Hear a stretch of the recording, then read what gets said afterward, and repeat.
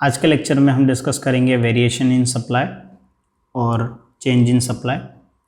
इसके पहले मैंने सप्लाई क्या होता है, determinants, individual supply, market supply, exception of law of supply detail में हमने डिस्कस किया है। अगर आपने वो वीडियो नहीं देखा है तो आप देख लीजिए, फिर उसके बाद ये वीडियो कंटिन्यू कीजिए सो दैट आपको और अच्छे से समझे। ठीक है, what is variation supply? Repeat with me. आप नोटबुक लेके चाहिए तो आप लिख लीजिए हिंदी में या आपके ओन लैंग्वेज में।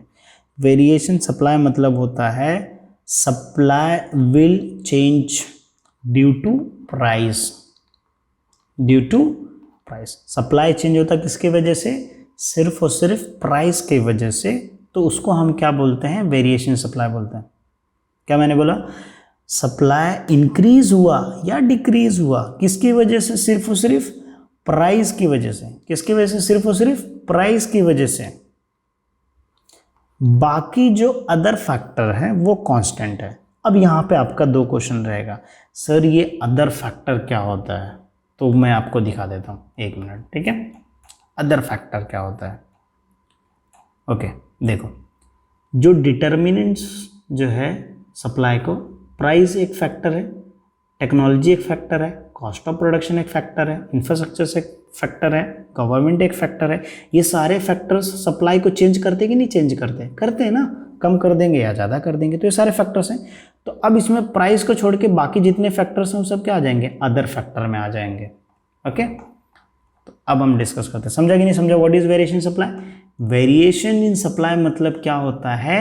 Supply of the commodity. देखो लिखा है when quantity supplied of the commodity varies due to मतलब varies, okay, due to change in its price, other factor remaining constant or remain constant, that is called as variation supply. It is known as variation supply. There are two types of variation supply. First is expansion, दूसरा contraction है. Okay, first is expansion, second is contraction. What is expansion? Expansion में क्या होता है? Price जब increase होता है तो सप्लाई भी क्या होता है? इंक्रीज होता है।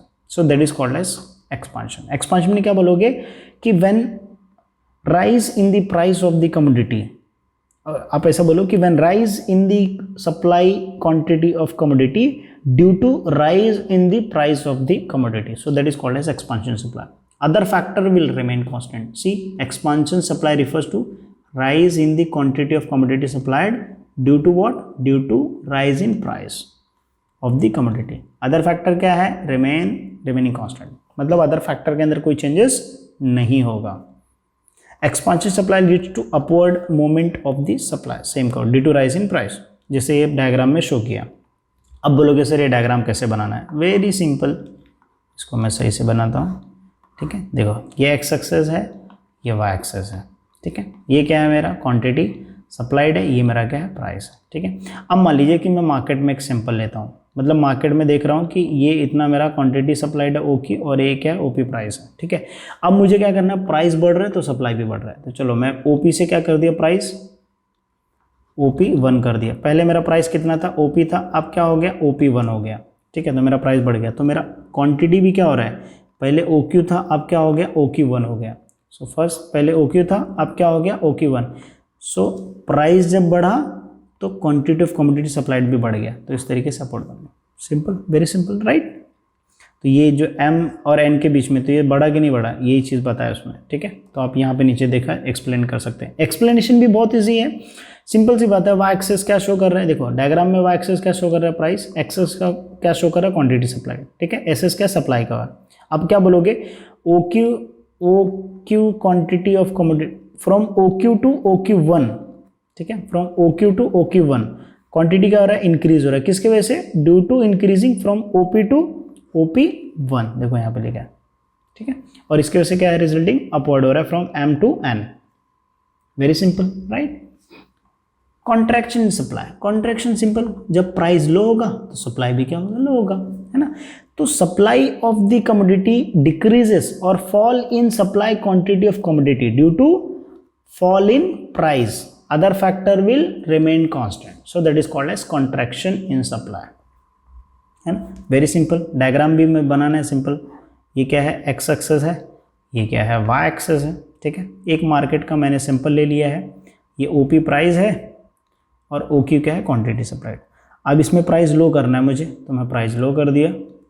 और क्वांटिटी सप्लाइड क्या, मुझे क्या करना है, प्राइस लो करना है, तो मैंने प्राइस लो कर दिया।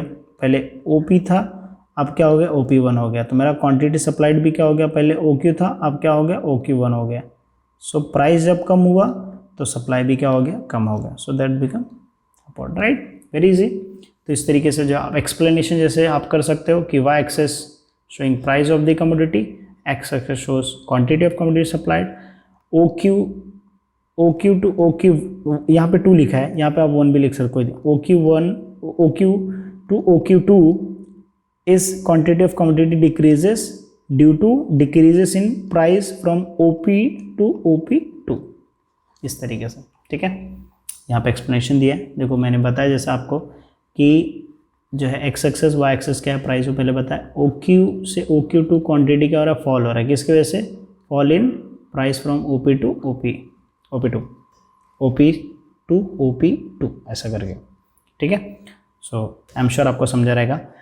नेक्स्ट लेक्चर में हम डिस्कस करेंगे चेंज इन सप्लाई, ताकि आपको और अच्छे से समझे। शॉर्ट टॉपिक है, ताकि आपको डिटेल में समझ में आए, ठीक है।